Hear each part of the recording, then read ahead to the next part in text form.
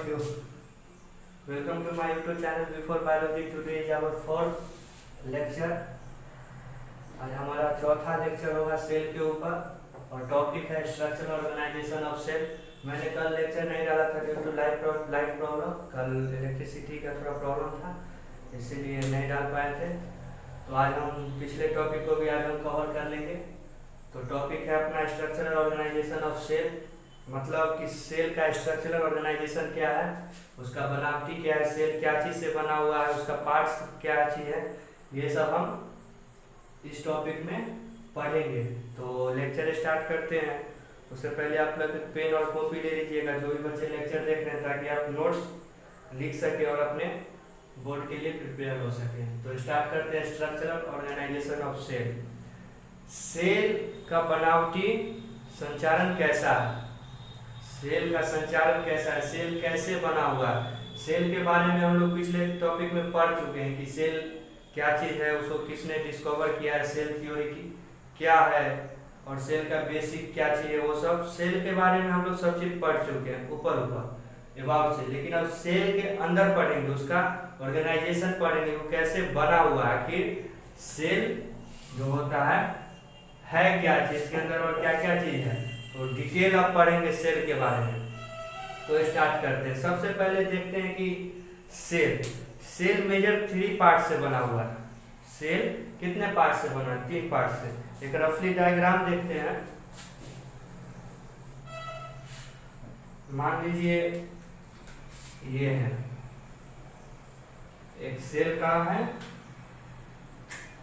और ये majorly cell जो है 3 पार्ट से बना हुआ है। कितने पार्ट से बना हुआ है? 3 पार्ट से। सेल का रफ डायग्राम है समझने के लिए। ये जो है इसका सेल मेम्ब्रेन है, आउटर कवरिंग। क्या चीज है? सेल मेम्ब्रेन, या इसको हम लोग प्लाज्मा मेम्ब्रेन भी कहते हैं।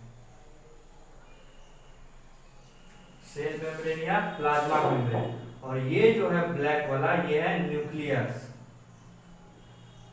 Control centre of the cell. और ये जो गैप है ये जो है वो साइटोप्लाज्म कहते हैं इसको।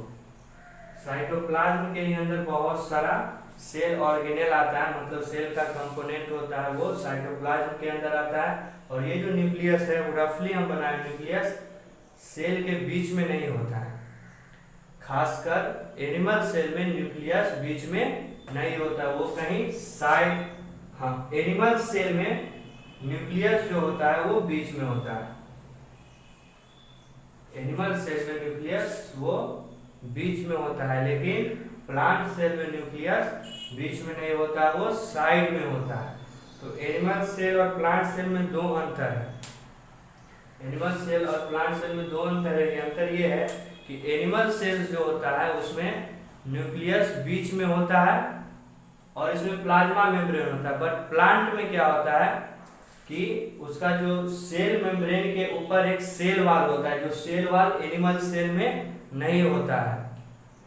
प्लांट में एक एक्स्ट्रा हो जाता है, वो क्या चाहिए? Cell wall. और एनिमल में सेल मेम्ब्रेन से स्टार्ट होता है।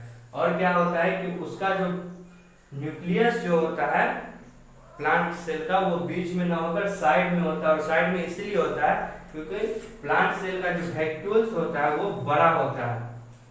प्लांट सेल का जो वैक्यूल्स होता है वो बड़ा होता है और एनिमल सेल में वैक्यूल्स ना के बराबर होता है, थोड़ा बहुत होता है। तो ये हमारा मेजर 3 पार्ट से हमारा सेल बना हुआ है। क्या क्या चीज?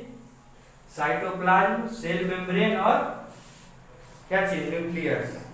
तो मेजर पार्ट क्या चाहिए हमारा सेल का? स्ट्रक्चर ऑर्गेनाइजेशन, प्लाज्मा मेम्ब्रेन या फिर cell membrane. Plasma membrane, nucleus और साइटोप्लाज्म। ये सब के बारे में हम लोग डिटेल आगे पढ़ेंगे। सबसे पहला हम लोग का टॉपिक होगा प्लाज्मा मेम्ब्रेन के बारे में पढ़ते हैं। तो प्लाज्मा मेम्ब्रेन एक सेल का आउटर कवरिंग होता है, प्रोटेक्टिव कवरिंग होता है। आउटर कवरिंग होता है एक सेल का और प्रोटेक्टिव कवरिंग भी होता है। Outer covering and protective covering.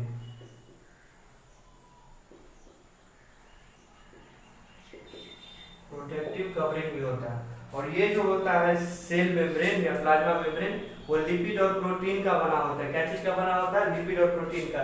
ये नोट्स ना एक एक करके आपको लिख लीजिए, ये पॉइंट है। इसी से कोई पूछेगा कि प्लाज्मा मेम्ब्रेन के बारे में बताइए, तो आप ये पॉइंट 4-5 बता दीजिएगा तो वो उसका हो गया।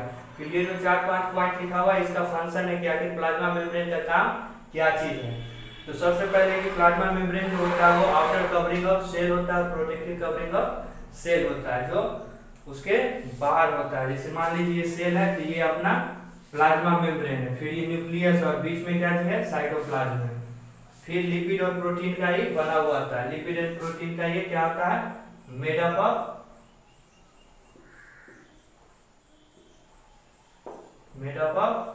लिपिड और प्रोटीन का बना हुआ होता है। थीन होता है, इलास्टिक होता है और सिलेक्टिव परमिएबल होता है। इसका जो प्लाज्मा मेम्ब्रेन जो होता है एनिमल का, ये थीन होता है, पतला होता है। जो कितना पतला होता है, 7 से 10 nm, मतलब नैनोमीटर। 7 से 10 nm होता है, नैनोमीटर बहुत पतला होता है। इलास्टिक होता है, इलास्टिक मतलब लचीला होता है। उसका सिलेक्टिव परमिएबल, सिलेक्टिव परमिएबल मतलब ये होता है कि कोई भी सब्सटेंस बाहर से आ रहा है तो ये इसको जज करता है कि आखिर जो सब्सटेंस बाहर से सेल की तरफ आ रहा है वो इसका पार्ट है या नहीं, उस सेल का पार्ट है या नहीं, या कि वो बाहर का चीज आ रहा है जो सेल को इफेक्ट करेगा। इसीलिए ये सेलेक्टिव परमिएबल होता है। ये क्या होता है, सेलेक्टिव परमिएबल होता है। एक तरह का सेल का प्रोटेक्शन होता है, ये सेल को प्रोटेक्ट करता है। ये जज करके अंदर सब्सटेंस को आने देता है, ये सेल का पार्ट है या नहीं। अगर बाहर का पार्ट होता है तो उसको आने नहीं देता है, और सेल का ही पार्ट होता है तो उसको आने देता है। तो सेलेक्टिव परमिएबल होता है, ये इसका बचाव होता है सेल का। Not present in my plant से मैं बताए थे कि सेल प्लाज्मा मेम्ब्रेन जो होता है वो प्लांट में प्रेजेंट नहीं होता। उस आउटर कवरिंग के रूप में प्लांट में प्रेजेंट नहीं होता। आउटर कवरिंग के रूप में प्लांट में जो होता है, प्लांट सेल में क्या प्रेजेंट होता है, सेल वॉल प्रेजेंट होता है। क्या प्रेजेंट होता है, सेल वॉल। ये जो सेल वॉल जो होता है वो भी हम पढ़ेंगे। अपना प्लाज्मा मेम्ब्रेन से कुछ ज्यादा इलास्टिक होता है और बहुत ही रिजिडिटी होता है, बहुत ही मजबूत होता है। तो ये अपना प्लाज्मा मेम्ब्रेन के बारे में 4 पॉइंट है। क्या है, आउटर कवरिंग है, प्रोटेक्टिव कवरिंग है, और ये लिपिड और प्रोटीन का बना हुआ है। थीन, इलास्टिक और सेलेक्टिव परमिएबल है। सेलेक्टिव परमिएबल क्यों है ये बता दिए कि आउटर सब्सटेंस जो भी आता है उसको सिलेक्ट करता है कि ये अंदर का सब्सटेंस है या नहीं, या बाहर का है। उस आधार पे सब्सटेंस का डिफ्यूजन, ऑस्मोसिस ये सब होता है कि अंदर आना है कि नहीं, बाहर जाना है कि नहीं। इसीलिए इसको सेलेक्टिव परमिएबल कहा गया। और not present in plant cell, plant cell में ये प्रेजेंट नहीं होता। प्लांट सेल में आउटर कवरिंग क्या होता है, सेल वॉल होता है। और इसका ये जो 4 पॉइंट है इसका फंक्शन है। प्लाज्मा मेम्ब्रेन या सेल मेम्ब्रेन का क्या चाहिए, सब फंक्शन है। तो पढ़ते हैं कि सेल मेम्ब्रेन या प्लाज्मा मेम्ब्रेन का फंक्शन क्या है। पहला फंक्शन है कि bind all the cellular material. Cellular material मतलब ये होता है कि जो भी चीज, जो भी मटेरियल जो सेल के अंदर हो, जो भी चीज या जो भी मटेरियल या जो भी सब्सटेंस, ये आप लिख लीजिए, हम इसको मिटाएंगे, वो जो सेल के अंदर हो।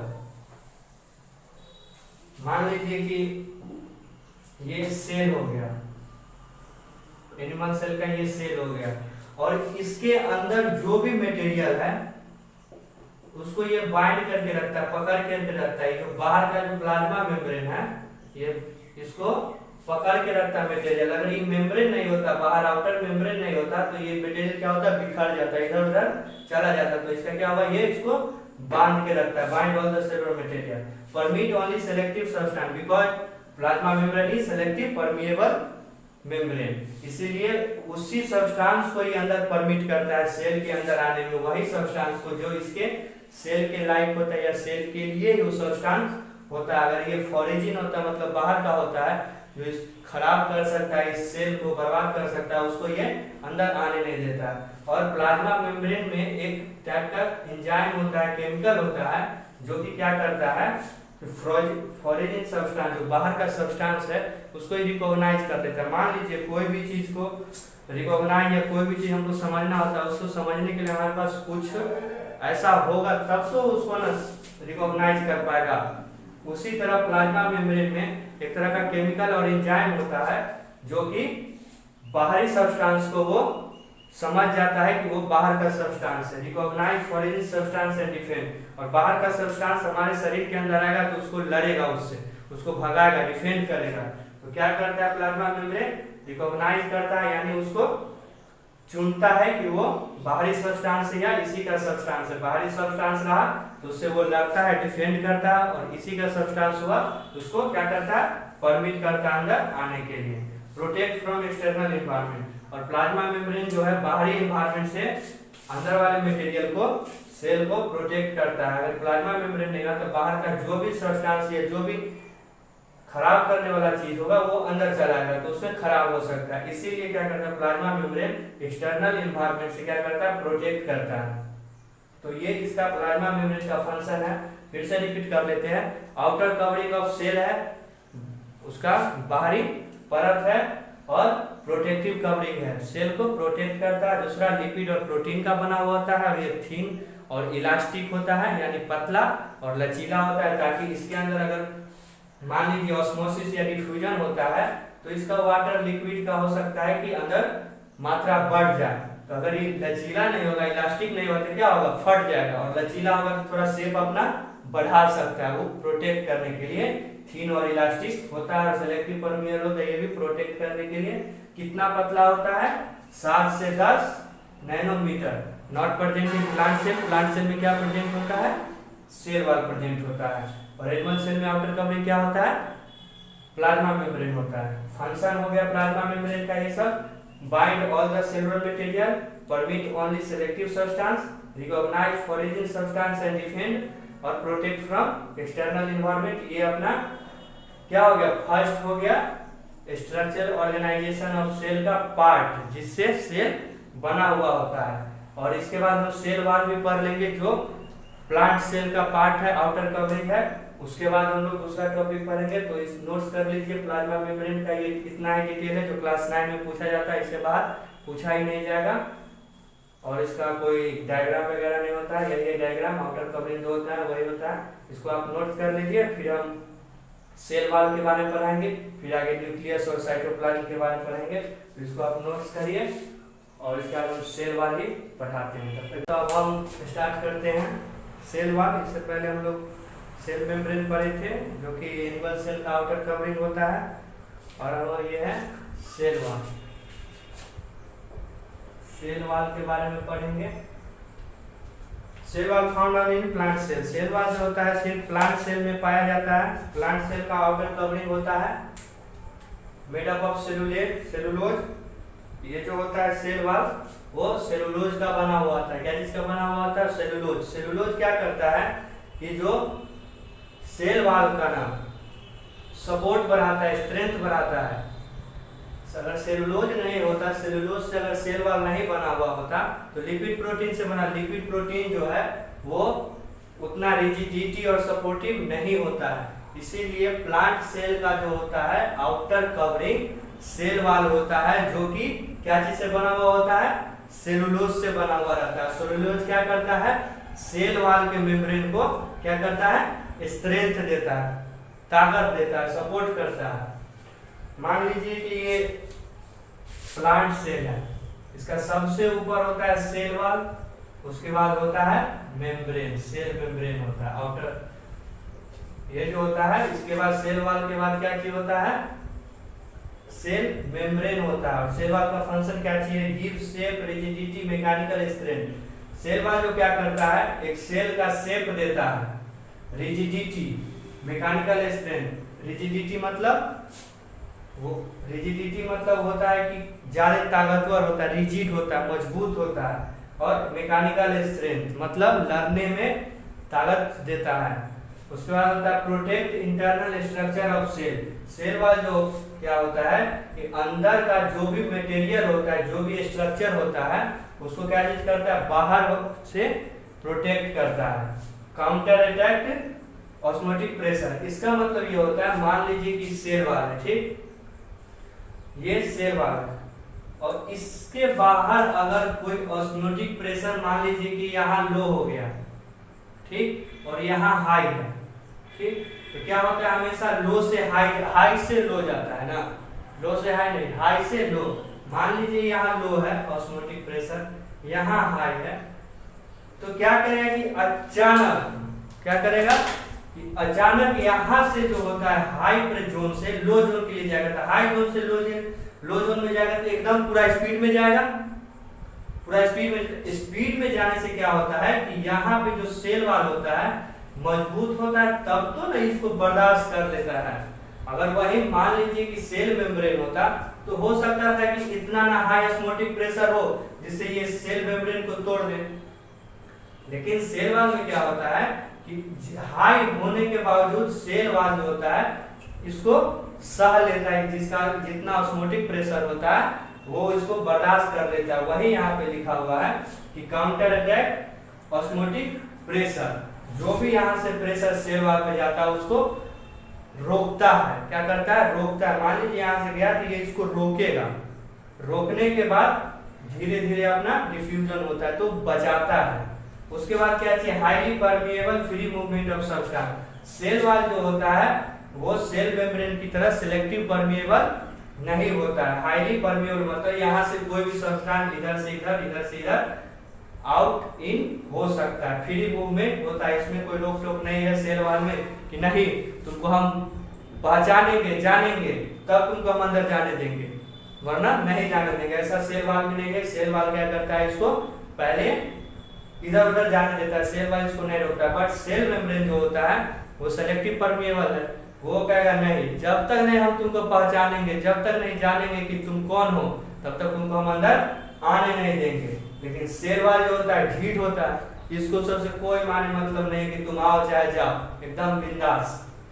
तो highly permeable free movement of substance, ये अपना सेल वाल का थोड़ा डिटेल है और इतना ही पूछता है, इससे ज्यादा क्लास 9 में सेल वाल के बारे में नहीं पूछेगा। फाउंड इन प्लांट सेल, ये एक डिफरेंस हो जाता है, क्या चीज, प्लांट सेल और एनिमल सेल्स में, कि प्लांट सेल में सेल वाल होता है और एनिमल सेल में सेल मेम्ब्रेन होता है। तो ये एक इंपॉर्टेंट पॉइंट है जो आपको याद रखना पड़ेगा कि cell wall only found in plant cell not in animal cell, made up of cellulose. ये भी एक पॉइंट है कि पूछेगा एमसीक्यू में कि सेल वाल क्या चीज से बना हुआ होता है, तो सेल वाल सेलुलोज से बना हुआ होता है, बट सेल मेम्ब्रेन क्या चीज से बना होता है, प्रोटीन और लिपिड से बना हुआ होता है। और फंक्शन तो दोनों का लगभग सेम ही है कि दोनों बाहर एनवायरनमेंट से प्रोटेक्ट करता है, but in comparison to cell membrane cell wall is more rigid, protect internal structure, अंदर में जो भी सेल ऑर्गेनेल होता है उसको बाहरी एनवायरनमेंट से प्रोटेक्ट करता है। और osmotic pressure due to high rigidity, osmotic pressure से ये उसको काउंटर अटैक करता है, बचाता है। और हाईली परमिएबल, ये भी एक डिफरेंस हो जाएगा कि सेल मेम्ब्रेन जो होता है वो हाईली परमिएबल नहीं होता है, वो सेल मेम्ब्रेन क्या होता है, सेलेक्टिव परमिएबल होता है in animal cell not in plant cell. और फ्री मूवमेंट ऑफ सब्सटेंस होता है सेल वाल के द्वारा, but in cell membrane free movement substance नहीं होता, सेलेक्टिव होता है और जो चुनता है उसी को आने देता है। और एक नोट्स है, जो चिटिन जो होता है एक सेल वाल होता है, फंगी जो होता है फंगल सेल वाल होता है, फंगल जो होता है उसका सेल वाल क्या चीज से बना हुआ होता है, चिटिन से। ये एग्जाम में पूछता है एक नंबर में कि फंगल जो होता है उसका सेल वाल क्या चीज से बना होता है, तो चिटिन से बना होता है। आज के लिए इतना ही।